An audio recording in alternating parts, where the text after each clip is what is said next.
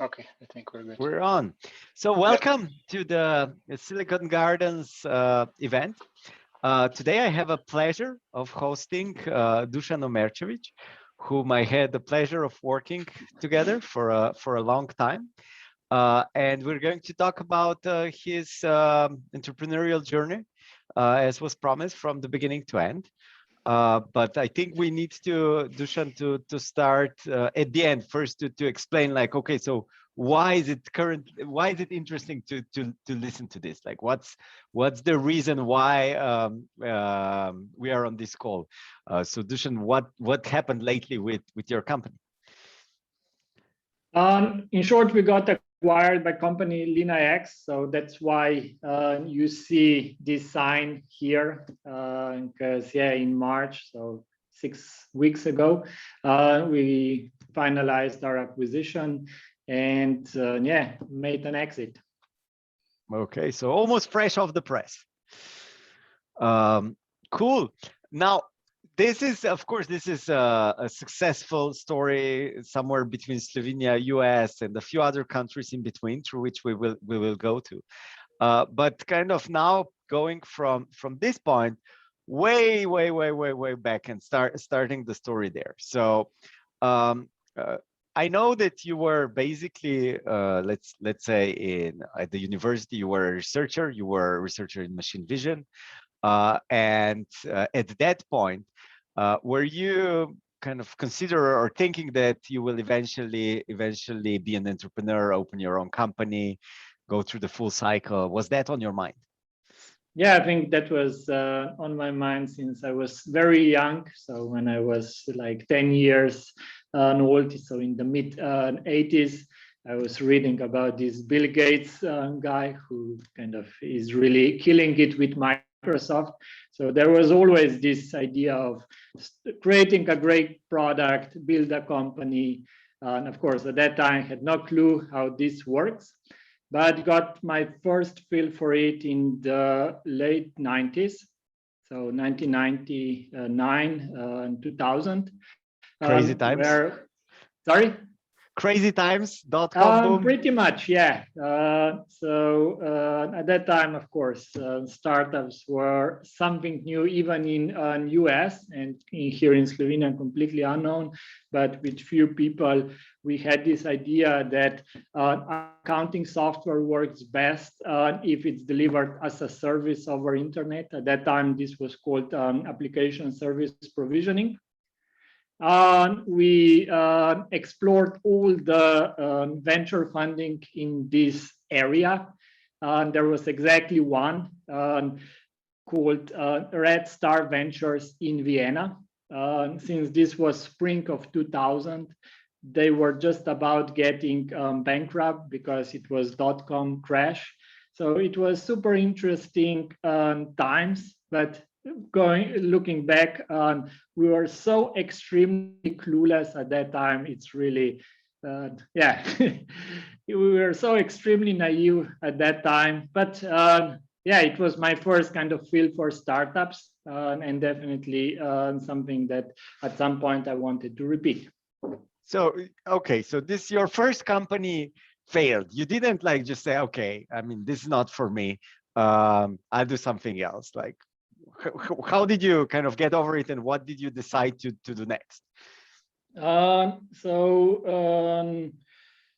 was like 2000. So after that, I went working for NIL. So this company providing the kind of instructions and learning packages, how to manage network equipment. And that was my first experience with cloud. So what we did at NIL was pretty advanced at that time. So that was 2001, 2002. And NIL's instructors were teaching how to manage networks throughout the world. And what they were teaching was how to connect the network routers into a working environment. And this is super expensive and kind of also bulky equipment. that you can take, for example, if you lecture in Paris or Madrid, you can't take that with you. So what the team at NIL did, that I was part of, is we had a rack of network equipment, and we created remote labs. So we made all this network equipment accessible remotely over internet, and we created the management layer.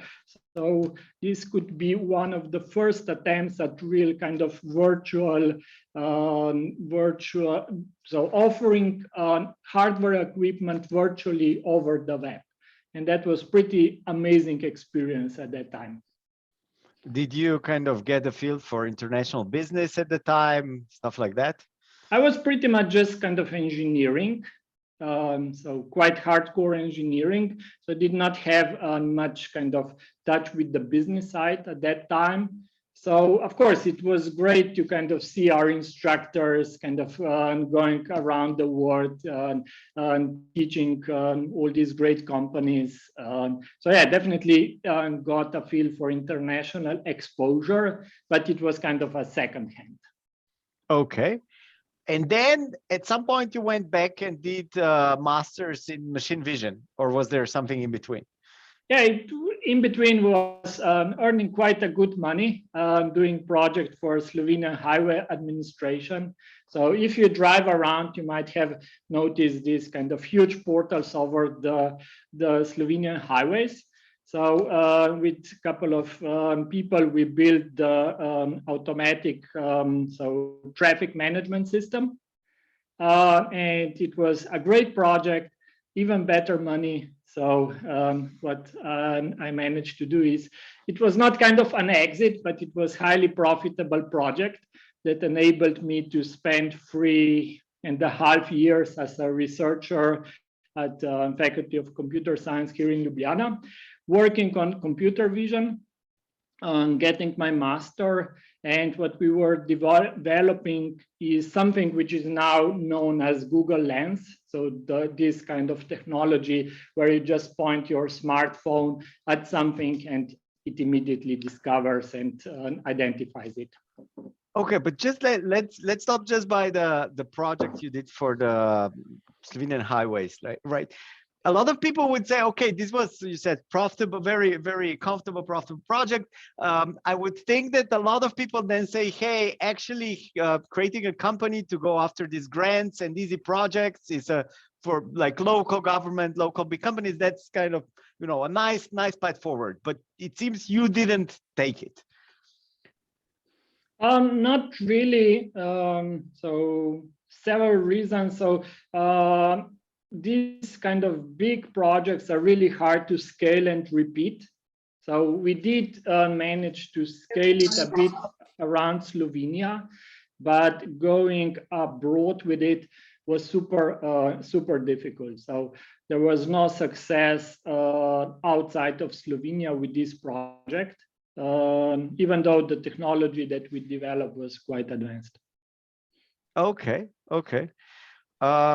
So then you said you went, of course, into machine vision, and that's, I think, that the point where at some point we've met Zemanta. Zemanta was at that time growing, looking for people, and somehow you decided to jump from that into, at that time, kind of a consumer B2C startup. Like, what was the reason, or what did you say in it? Well, actually, there was another episode in between, which was extremely fun. So I believe we have Rok Zorka on the call. So immediately after finishing so my kind of research stint, I joined Najdi SI, so this Slovenian search engine. As local Google? Slovenian Google, yeah. Definitely the amount of talent there was comparable to Google for sure. And yeah, I was there head of engineering and had tremendous amount of fun. And there I got in love with providing a service, not kind of developing a static code which you send by CD or kind of a project that you commit in some repository, but an ongoing live service, which at that time was used by 500,000 of Slovenians on a daily basis. And that feel when you can kind of feel that amount of adrenaline rush. Yeah, that adrenaline rush. And at that time we had 400 servers in the basement. So it was actually, physical equipment there. So that was a great experience. And yeah, of course, the team there was absolutely amazing. So no wonder that an outfit was so successful later on, because yeah, it was creme de la creme of Slovenian IT.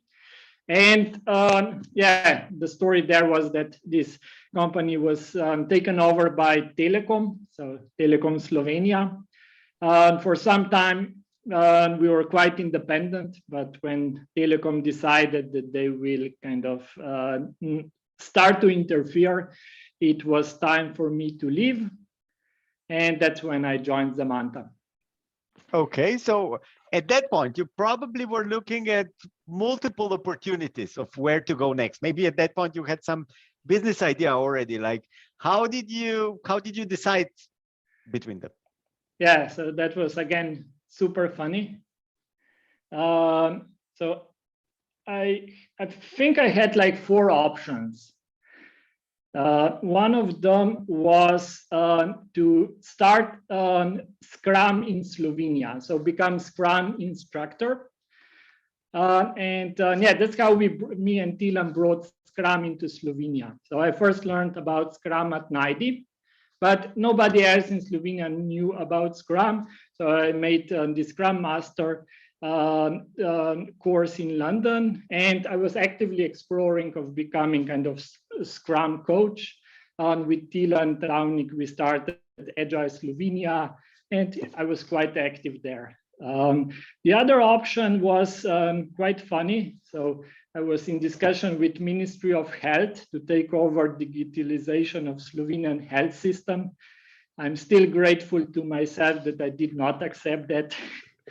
Yes, yeah, that was certainly a challenge too big for me. The third option was extremely interesting. So at that time, Celtra was 4 people. So Mateusz and Mika were looking for kind of someone to join and kind of take over engineering. And we spent quite some time talking with it, and I kind of come to the conclusion that what they're doing is not the right fit. So I suggested that they take Rod Petrovic instead. And I chose the 4th option, which at that time definitely felt the best and also later turned out to be the best, which is joining Zamanta. Okay. But if I remember correctly, like you were previously kind of VP of engineering at Zemanta, you basically went back to be a senior engineer, like individual contributor. How's that? It was so nice. Okay. Yeah. Why? So I'm all the time kind of juggling between kind of focusing on technology and product and managing people. And I like both things. And yeah, at Najdi, it was all about managing people. Super interesting problems, very, very challenging, but certainly kind of having ability to just focus on product, just on technology is very refreshing, very rewarding, and substantially less stressful. Okay. So that's one. But on the other hand, like, did you try to kind of evaluate the opportunities when you were comparing these companies and government, etc.? What did you optimize for? Like, did you optimize for enjoyment, or for like you saw some long-term, maybe in Zamanta business, or for people that you will work with? Like, yeah. So actually, I was super impressed by Boštjan. Some probably 6 months before kind of I was in position to look for a job, I attended one talk by Dušan, and he kind of explained how Zemanta got all this money and how they are kind of building the team and how they have this international focus. And at that time, I did not know Dušan, and I asked him this pointed question: why are you here in Slovenia? Why are you kind of spending time with the people in that at that event instead of going kind of to US or Europe and focused on the customer? And what Dušan told at that time was really kind of impactful. He said, "I'm here to attract the most impressive talent in Slovenia. That's why I'm here, and that's why we are investing time to kind of attract talent." And that was kind of the initial spark, something I did not see at other companies, that the company would be so focused on getting the right people. And I wanted to become part of that group. So I was already impressed by Dušan. Then I met Andraž. Then I met the rest of the team. Totally loved the international part.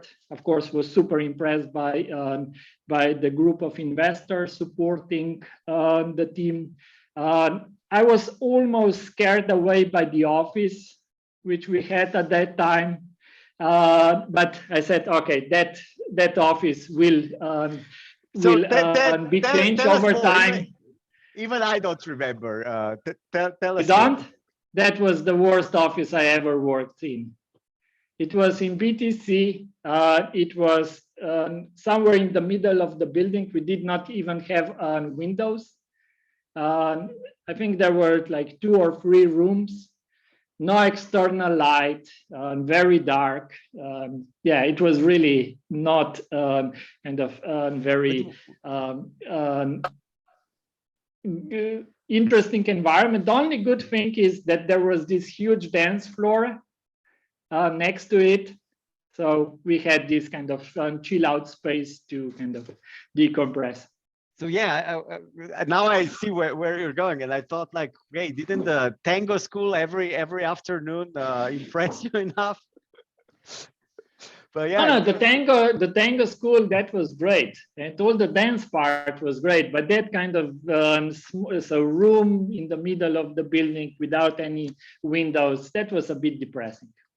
Yeah, I think it took us a couple of years, but we learned the lesson of the office needing to have the right vibe, I think.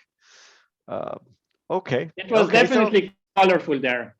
Colorful. Okay. So then I don't know, in a couple of years, then you couldn't, of course, stay in the individual contributor role. You got quickly to the VP of engineering role, right? So maybe like, how was that journey? Did you want to stay in IC, or you soon like said, okay, you know, I still want to manage, I want broader scope? It was very much kind of due to Marty Kagan coming over and teaching us how to do product. And I think it was also his suggestion that I take over engineering. So to me, it was quite natural, because I was doing it before. The team was still small, so even though I had kind of this like more formal management role, it was still quite some involvement with the code. So still a lot of individual contribution with some management responsibilities. So you've mentioned Marty Kagan. So I think that was Dušan's initiative. For the audience, like Dušan, so Zamanta co-founder, decided that we need to change how we do things, and he got Marty Kagan, which is kind of one of the leading coaches for product and product organizations and how to organize around product. And he got him to Slovenia not for a low price in both cash and stock. But at the same time, I do think that that was kind of a pivotal moment because it did change the organization. Like you came on board then as a kind of heading all of the engineering. Do you like also now that you're running an organization, innovative organization? Do you see that this kind of interventions often work, or was that pure luck? No, it was pure Marty. So typically consultants come, give advice, and leave. Marty is a bit different. He takes things personally. So he came, gave advice, forced us to kind of accept the advice, and then made sure that we follow his advice. So it was, I think Marty was kind of introduced through our investors. And this is the thing that world-class investors do. They put you in touch with the people who then kind of transform your organization in the right way. And the fact that Zemanta was coached on how to do product by Marty Kagan is one of the most amazing things that happened at Zemanta. By the way, Marty still has a blog, so if anybody's interested more about him, you can easily find him. By the way, do you keep in touch? Like, did you use him for anything in Cleanshelf? Yeah, so I sent several people to his workshop. I'm in touch with him quite regularly. Actually, we were just in touch yesterday because I'm sending 4 people from LeanIX to his workshop. And so, yeah, pretty much consider myself a disciple of Marty and spreading his evangelium. Okay. So yeah, also he wrote a great book called Inspired, which I also can recommend. And it's now translated in Slovene.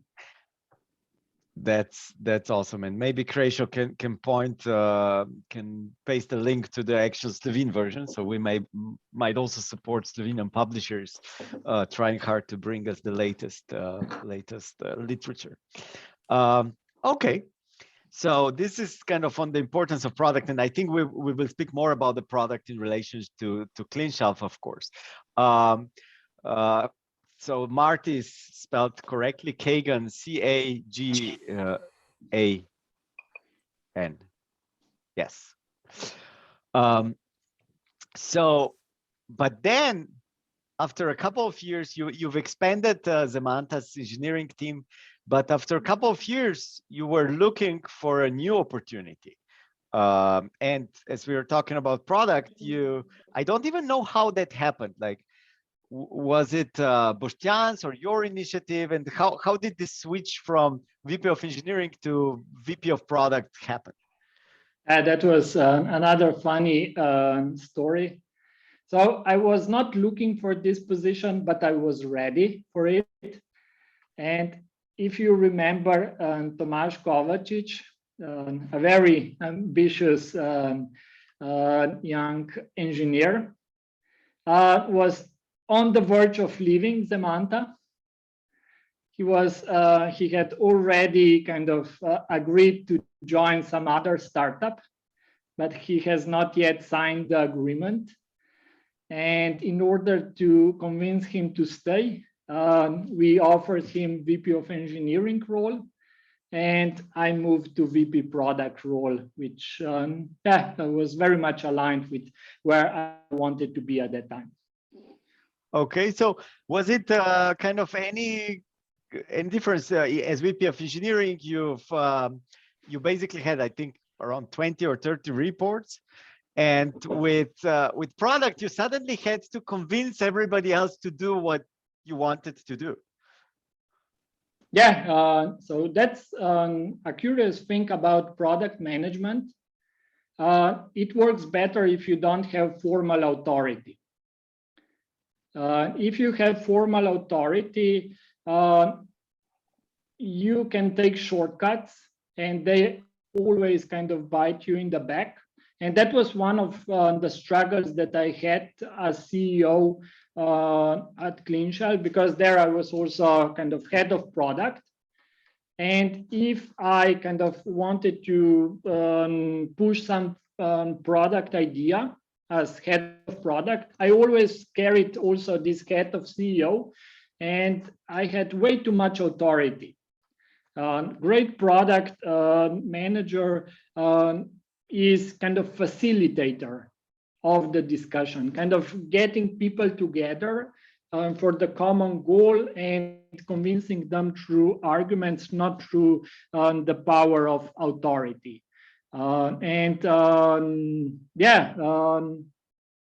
It's definitely a very different way how you go about your job. But I enjoyed that part very much. Okay. So let's now get to your story. To your latest story. So eventually, after a couple of years, I think two or three in VP of product role, while still at Zemanta, you decided that you will kind of create your own company. Can you tell us a bit more about this process, how it happened? Yeah,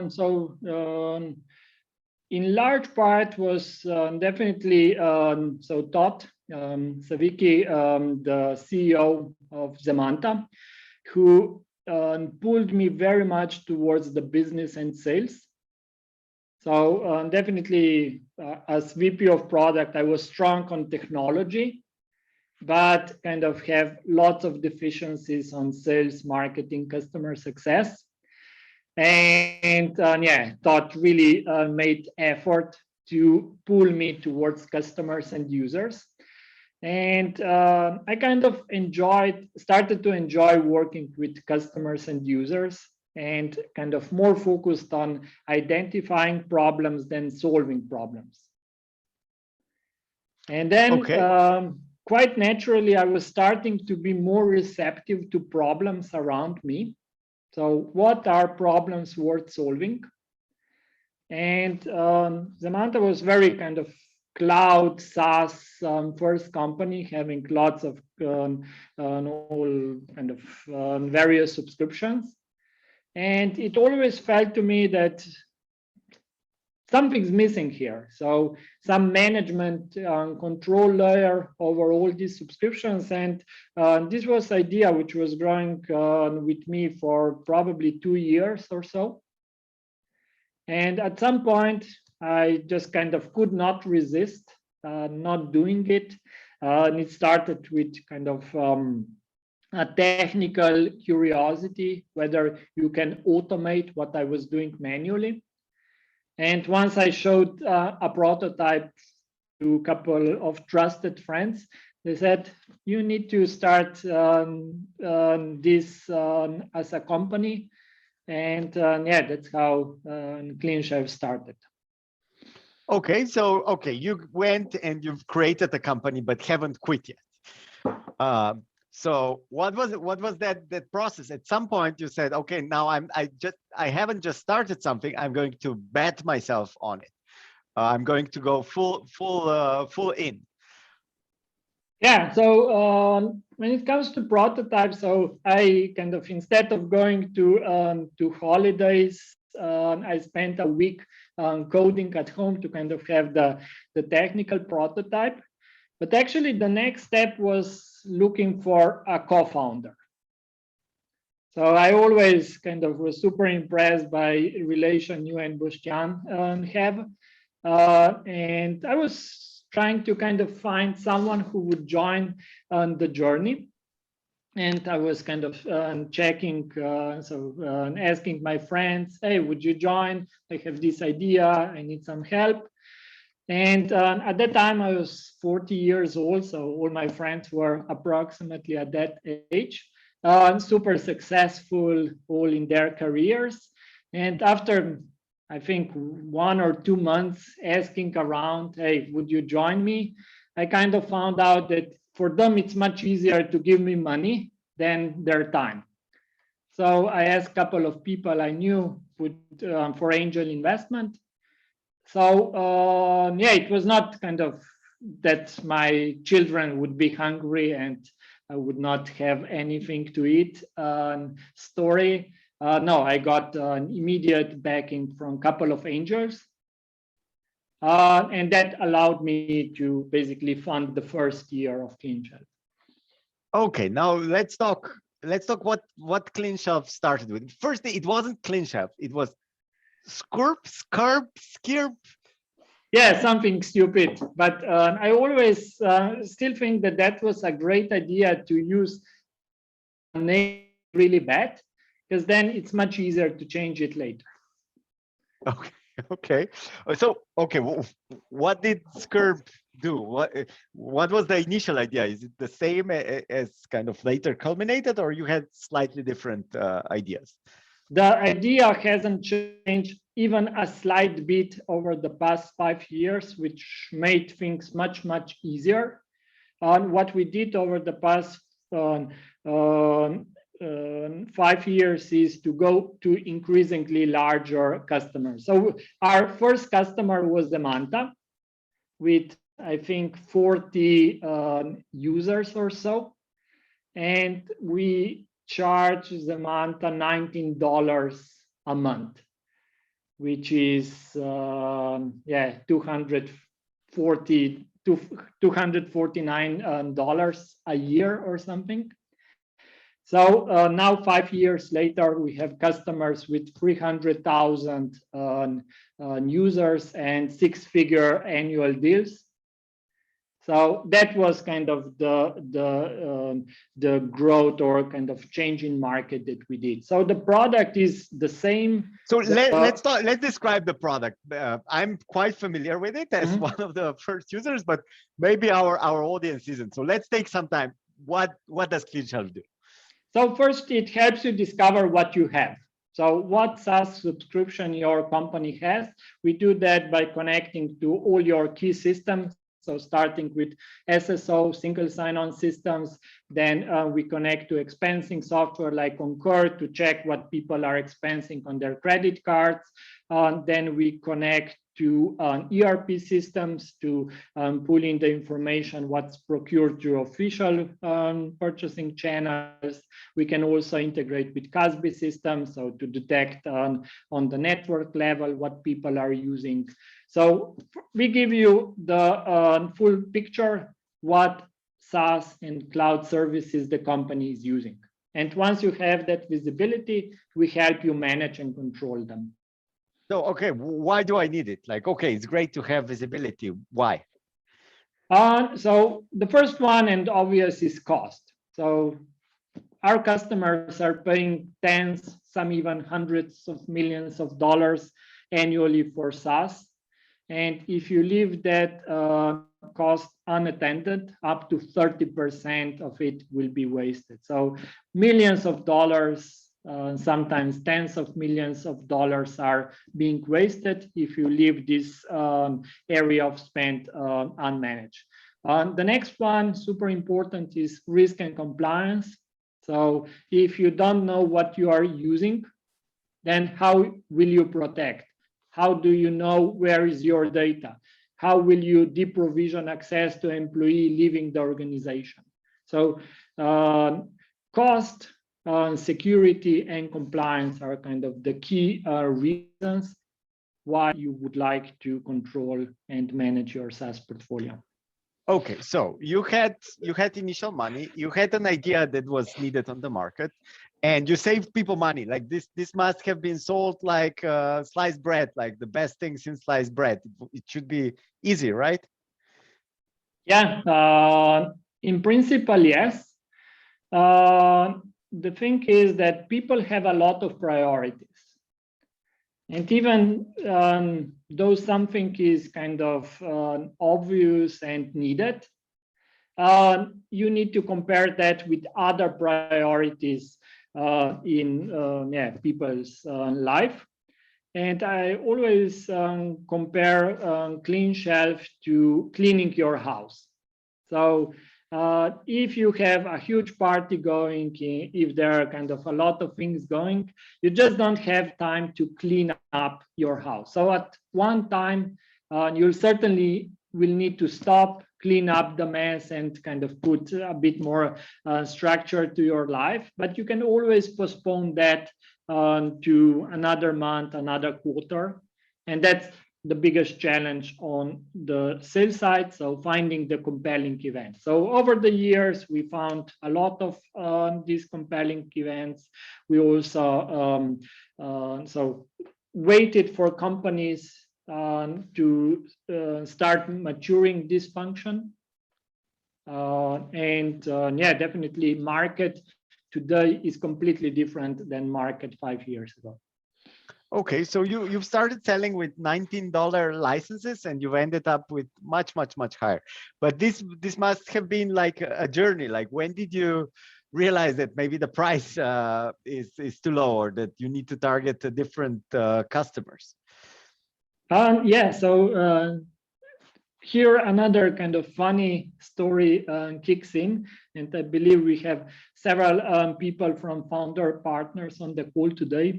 So I noticed Brian and Ted, and might be some others. So yeah, in October 2016, so 4.5 years ago, I got this funny email from a guy I never heard from.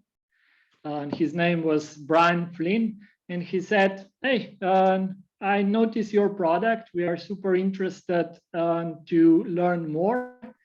Would you be willing to connect?"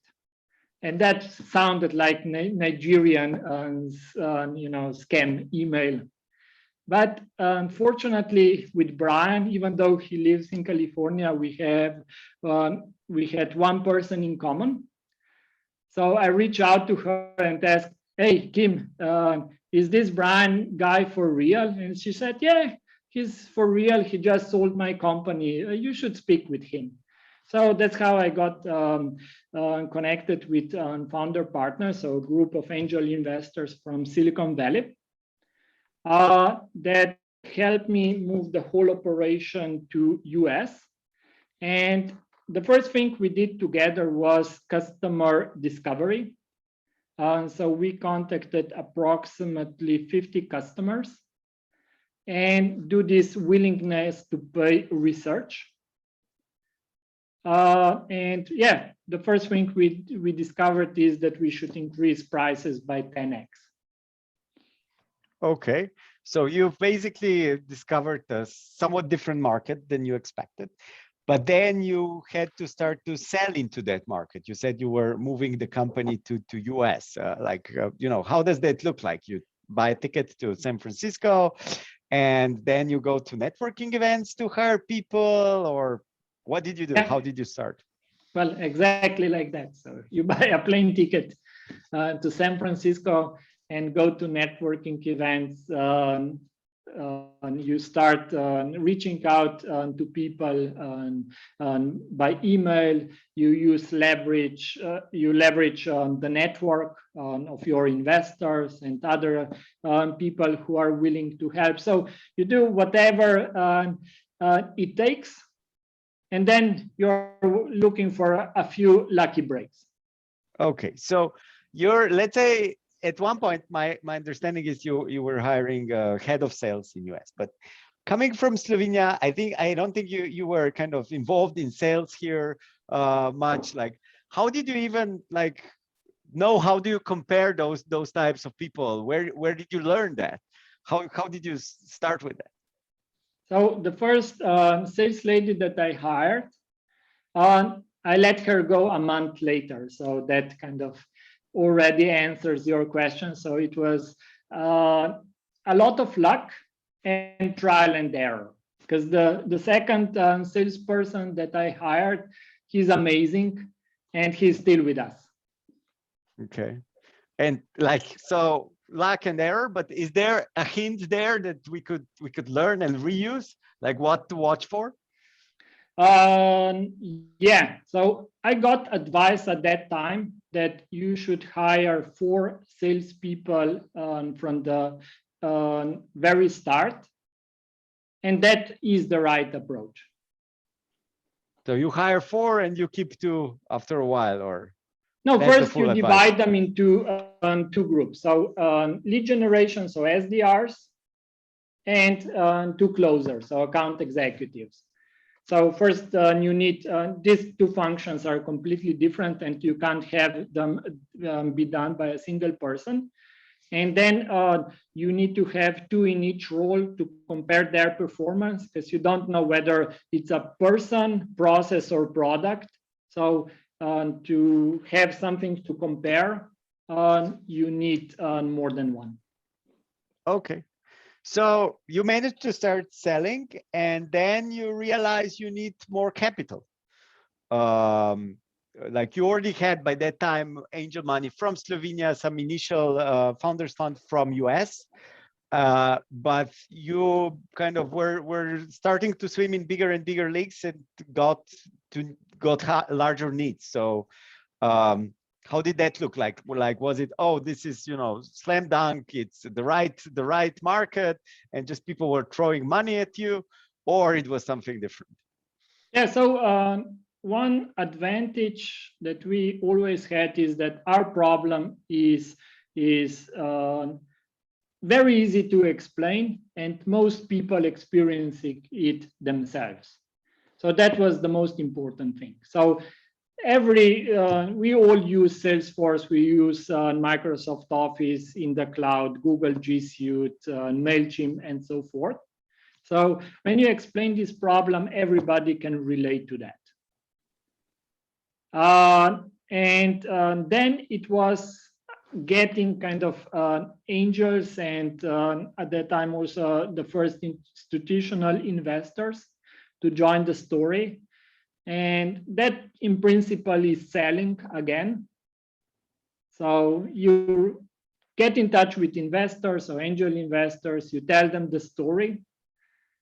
And the most funny thing, so something that really surprised me, was at the end of the call, you ask them, how much would you invest? And they say, I need to ask my wife, but I think I'm thinking about $50,000. Okay. And then half of them basically said, so after talking to their wives, okay, I will invest. And you send them documents, they send you back the money. And it's quite a funny experience. And it's the same experience with US investors versus European/Slovenian, or is it any different? I treated all of them equally. It's so first you need a warm introduction. So somebody who knows you need to introduce you so that there is trust established. That's you can't do anything without that. After that, you have half an hour to convince the person that there is promise in what you are doing. So selling them the vision, and that's it. So angel funding is very interesting because it's so personal. Personal. Okay. So while speaking about funding, so this event is hosted by Silicon Gardens, which is also a fund and also was an investor in your company.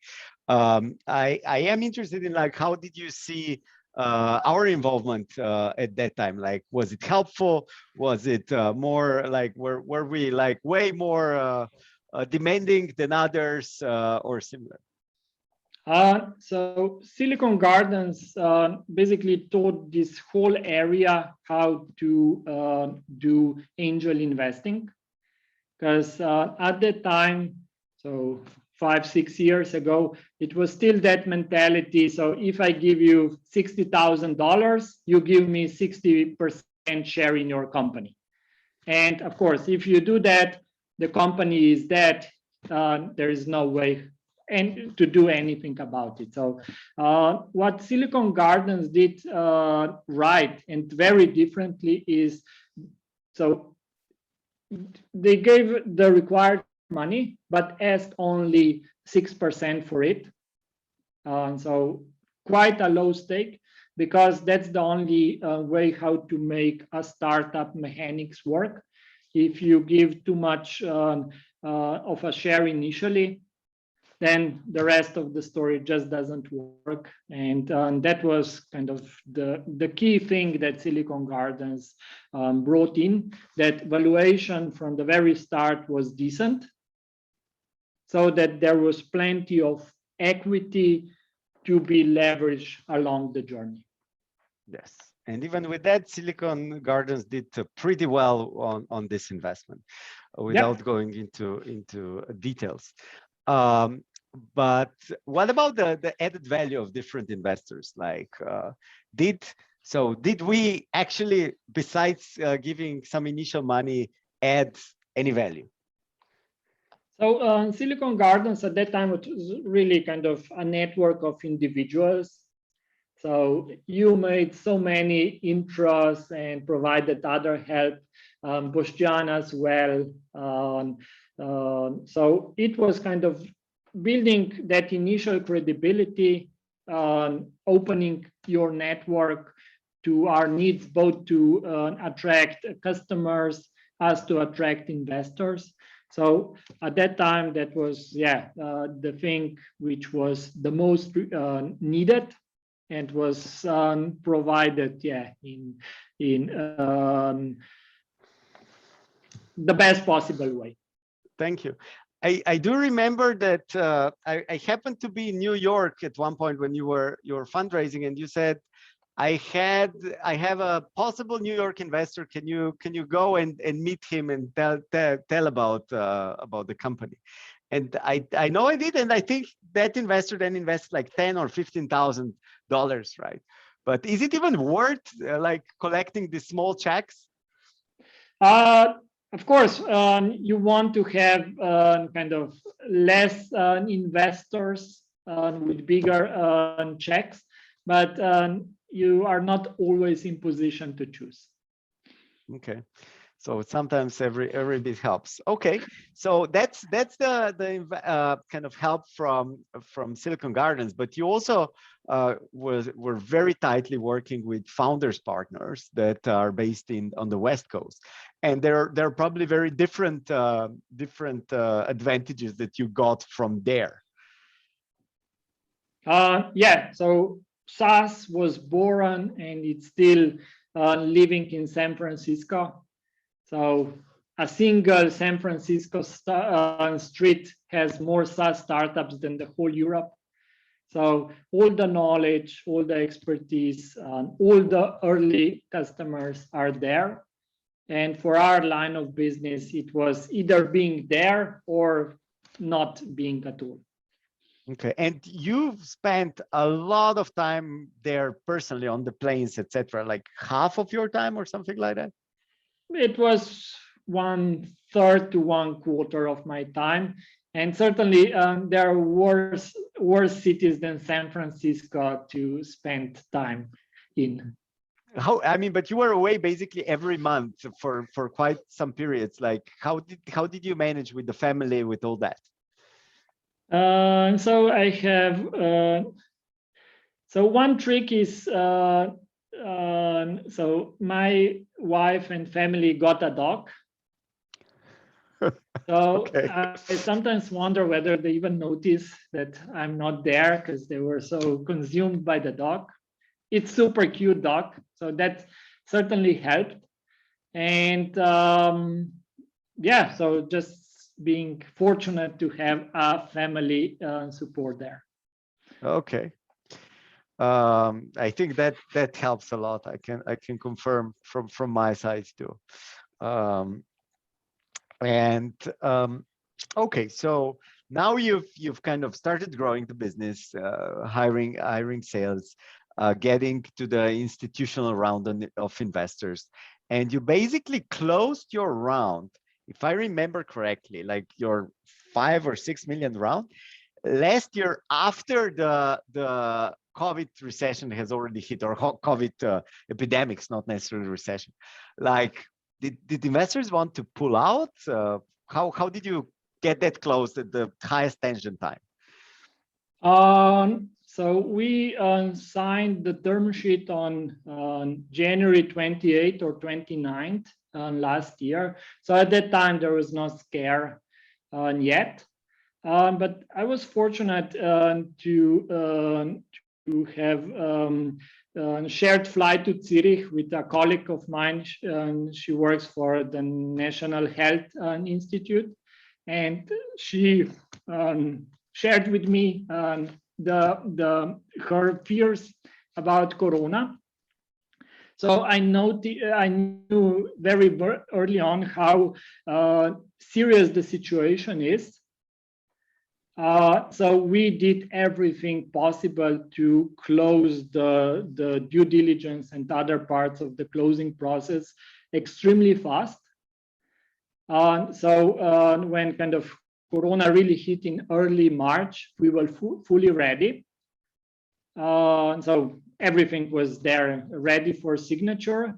So yeah, but it was so crazy because I was at that time collecting signature to close the round, and in the other screen I was watching the stock market meltdown. It was one of the more nerve-breaking weeks in my life, but I must say that Dawn Capital, they are one of the best investors in the world. So amazing support. So yeah, there was not even a hint of them kind of walking away. Just amazing. Okay. So now you got some serious like institutional investors in, and Corona. Like what did this mean for your business, for your operations? So it was just like hitting a wall. So enterprise kind of sales have these cycles. One of the cycles start in early January. You start pretty much with empty sales pipeline.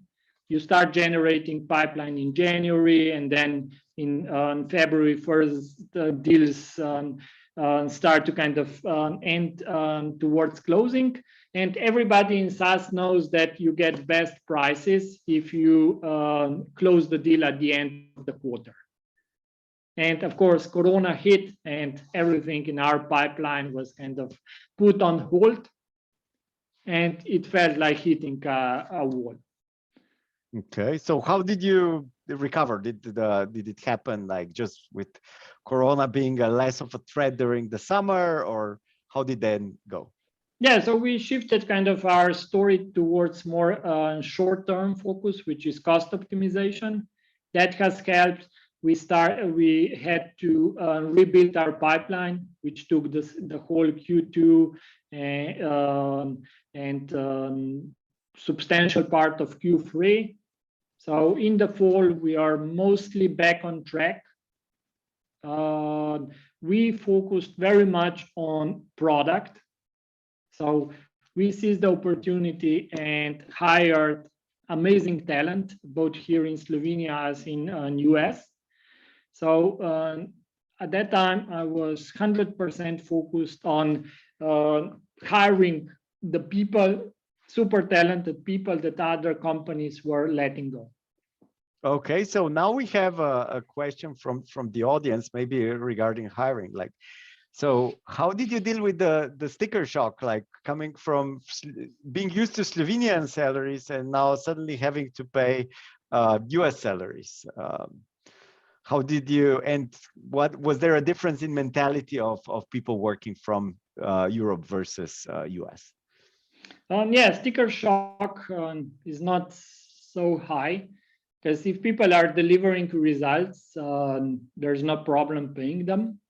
The big challenge and big difference between Slovenia and US, and by Slovenia I also mean kind of generally our part of Europe, is that here everybody is kind of willing to do everything, and also kind of flexible enough to do anything. In US, they are extremely good at what they do, but typically are very specialized. and kind of doing anything which is outside of their immediate job description is close to impossible. Interesting. Okay. Okay, let's then kind of get the story to the current or a midpoint conclusion. So I assume beginning of this year you were starting to plan what to do next. Kind of go. I assume there was a runway. You were starting to plan, and eventually the story got to the acquisition by LeanIX. So can you tell us a bit about how that happened? Yeah, so the moment was wrong. So we had no intention of starting any such discussion because we are very much in the building phase and investing in future growth. But through our investors, we got approached by this company, LeanIX, and I immediately connected with the CEO there. And when he showed me the product roadmap of LeanIX, there were 5 boxes which would be immediately filled if Cleanshelf would be joining LeanIX. So we had amazing alignment on product vision that made me think, wow, this is worth exploring. The other thing is that I don't have access to capital that my competitors in Silicon Valley have. So I raised $8 million altogether for Cleanshelf, but my competitors raised $80 million. And there's no way I could raise $80 million. I just don't have that kind of network, credibility, recognition, and we had to find a way how to find the right partners, because my ambition is to win this market that I've started 5 years ago.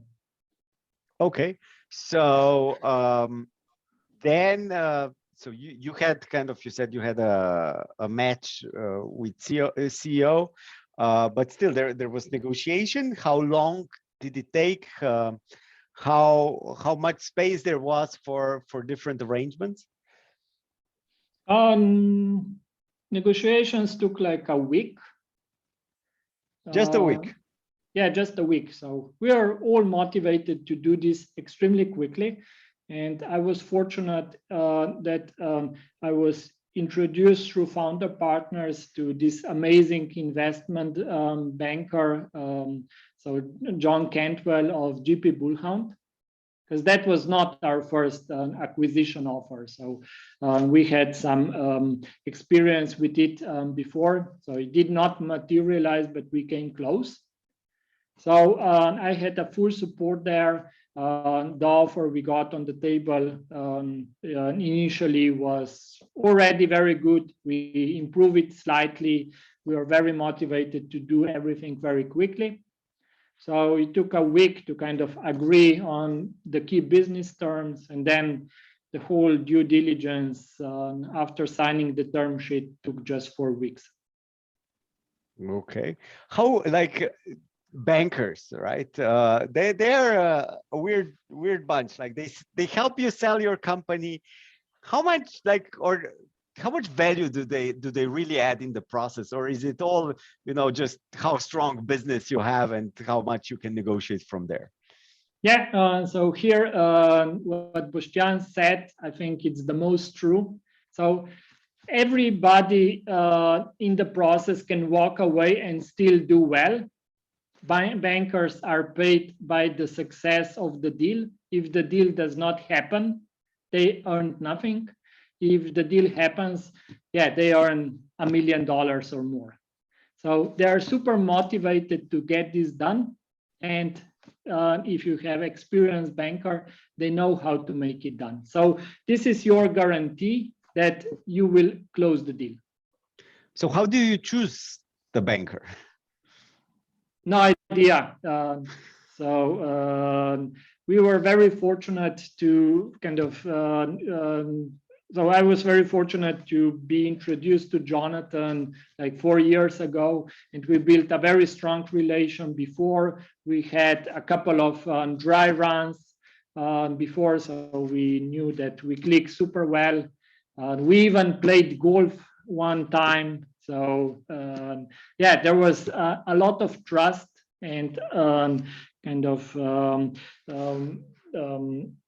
knowledge already there. So I was super fortunate there that I had this relation.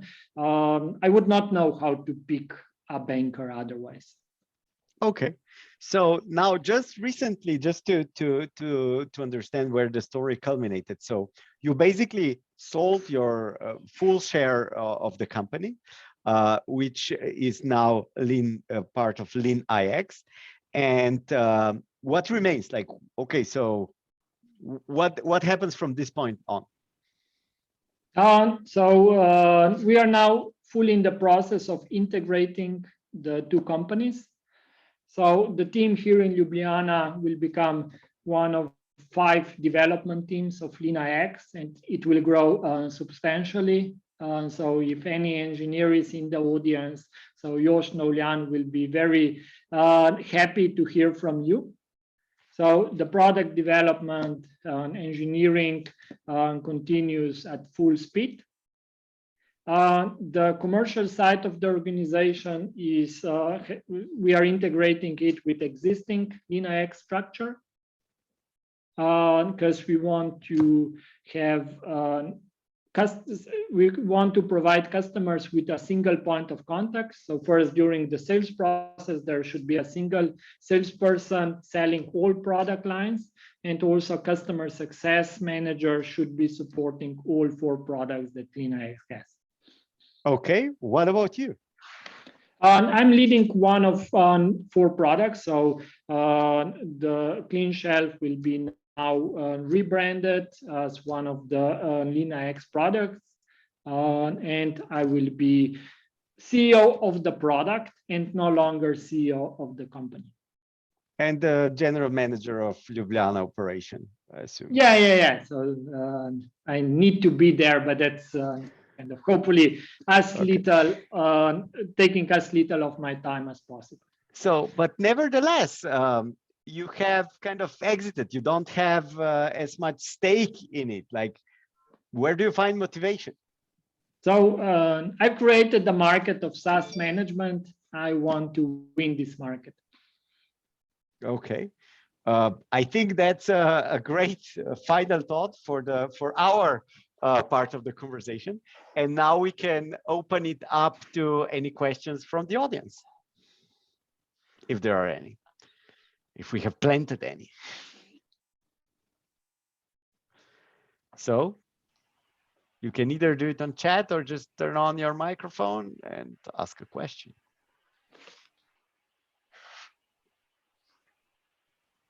Since I already asked all of the questions. Yes, you were very thorough and very interesting, I guess.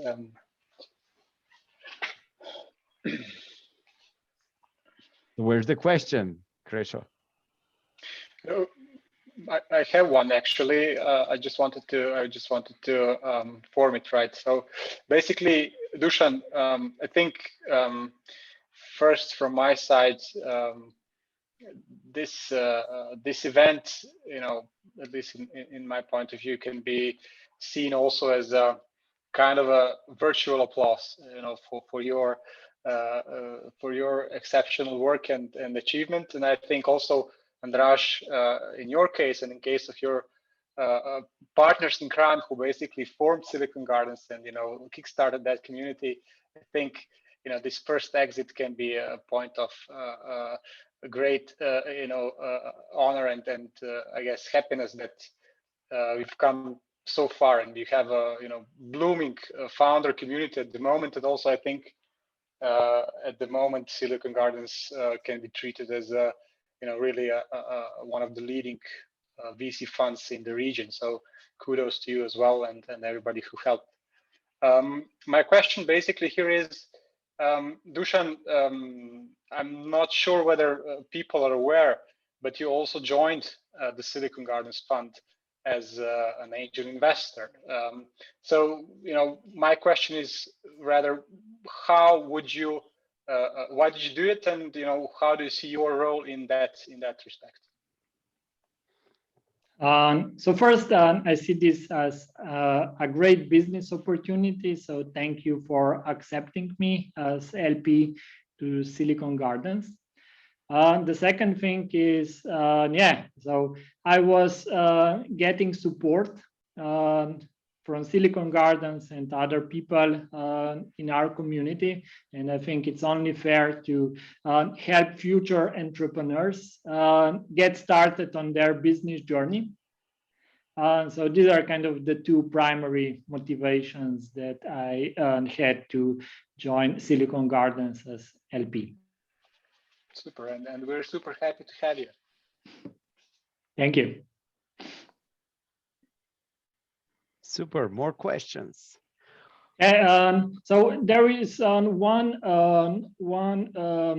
institutional investor that I would really like to point out. So our first institutional investor was not Dawn Capital, but LaunchHub. And they were just amazing. So the support that Stan Siracco and his colleagues provided over the past 3 years was amazing. And we kind of had, I'm LP, I'll become LP there as well.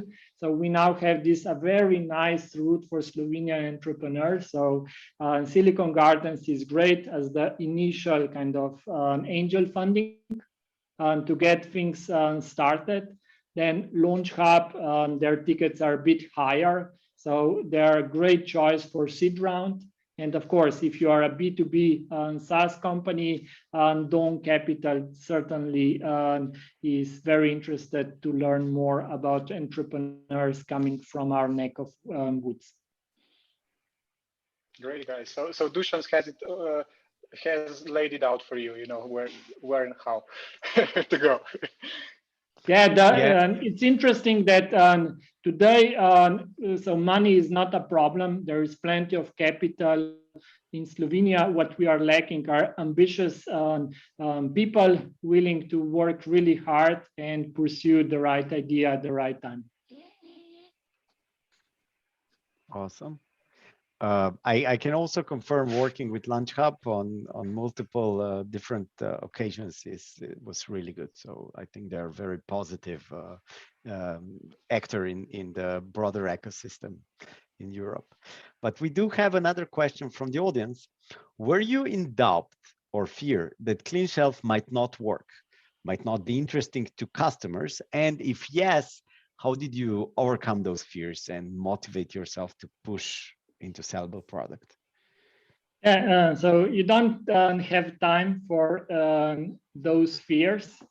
The only fear as startup founder is to run out of money.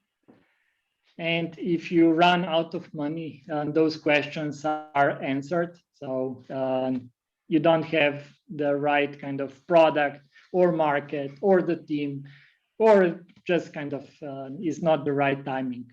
So the only thing that kind of destroys startups is when the money runs dry. Okay, smart thoughts. And yes, true. I do remember always looking of how long runway is there, and sometimes it gets very uncomfortably short. But I'm sure. Dušan, first, congrats from my side too. But then the question, with the experience of selling SaaS startup, do you believe that there is a potential at all to develop a SaaS market and sales expertise here from the Europe, or you just have to go to US because of the spread and first go to market and adoption of the new ideas and so on? Is a possibility of doing it from here a likely way to go at all? So it's possible. So it's not just Cleanshelf who has shown that this is possible. So it's possible to build and start product here and then kind of build the initial sales team in US. But I think situation now is very different than it was 5 years ago. So Europe has fully embraced SaaS. And there are a lot of use cases which are more tailored toward. So I think that nowadays selling to European customers might actually be the right strategy in many areas. So we now have several great B2B SaaS companies starting in Europe. So one that I love in particular is GTM Hub. It was founded by one Croatian, Ivan, and supported by Launch Hub. And they're just killing this market. And yeah, they started basically here in Europe.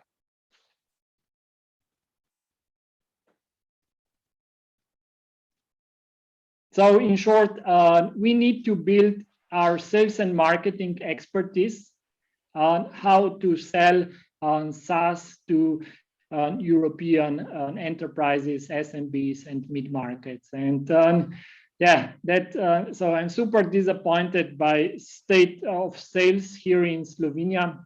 So lately, I feel that most of my time I'm calling Slovenian salespeople if they would be kind enough to send me the kind of proposals, and if they will kind of deliver what they do. So I learned a very different approach to sales in the States. And I think if we bring that knowledge to Slovenia and Europe, that's the biggest opportunity at the moment. So US is light years ahead of Europe in terms how sales operates and works and how it can be successful. And there are so many things we can learn from them.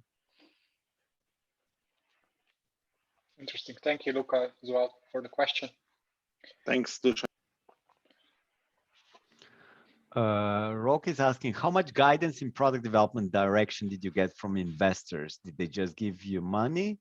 Or was there additional advice or push in specific product direction? So typically investors are not experts in product technology. So their value is elsewhere. More toward, they're almost 100% interested just in sales and marketing. Makes sense. Cool. I think we've been at this for, we have one more question. If you could go back into time, these are great questions, and meet Dušan, who was starting Cleanshelf, what would be your advice to him? So I can rephrase that as, what would you do differently?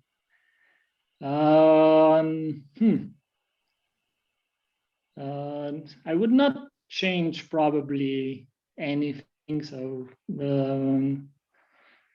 of course, I would tell myself which investors are more willing to invest, which customers are more willing to buy to save my time there. But yeah, looking back at the journey that we did over the past 5 years, majority, so large majority of the decisions we made were right, and I would not change them in any way. Awesome. Let's wrap up with that. Dušan, thank you very much for these really insightful stories and funny stories, many funny stories.